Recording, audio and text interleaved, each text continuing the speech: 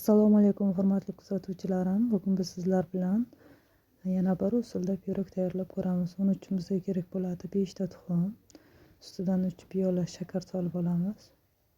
Mikser yordamida yaxshilab ko'pirtirib olamiz.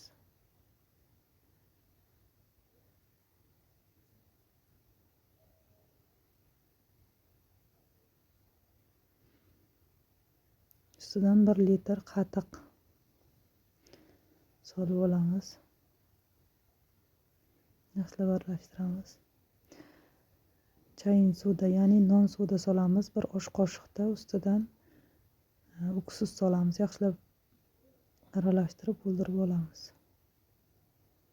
Uksus hidini o'ldirish uchun aralashtirib olamiz. Razrexeritel bo'lmaydimi deyotgan kuzatuvchilarim, razrexeritel non sodadek ko'tarib bermaydi. 6 piyola un ketdi menda. 6 piyola un solib olamiz. Massani 2 ga bo'lamiz. Bitta tomoniga kakao qo'shamiz, bittasi oddiy. Kakao solgan massamiz sal quyuqroq bo'ladi. O'shaning hisobiga mana bu oq massaga ham un solib aralashtirib olsa, massa deyarli birdek bo'ladi. Men bittasiga yong'oq, bittasiga mayiz qo'shdim.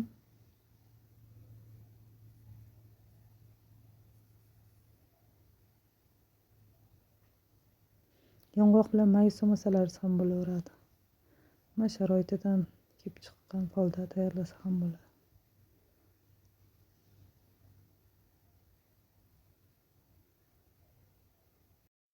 Listga solayotgan paytingizda bitta qora, bitta oq qilib solsalaringiz ham bo'ladi.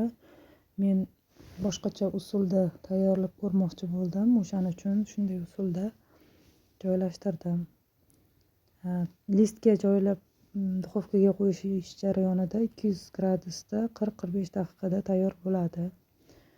Ba'zilarda tok past bo'lsa, duxovkadagi haroratni ko'tarish kerak. Chunki ba'zilar o'xshadi, ba'zilar o'xshamadi deydigan kuzatuvchilarim ham bo'ladi.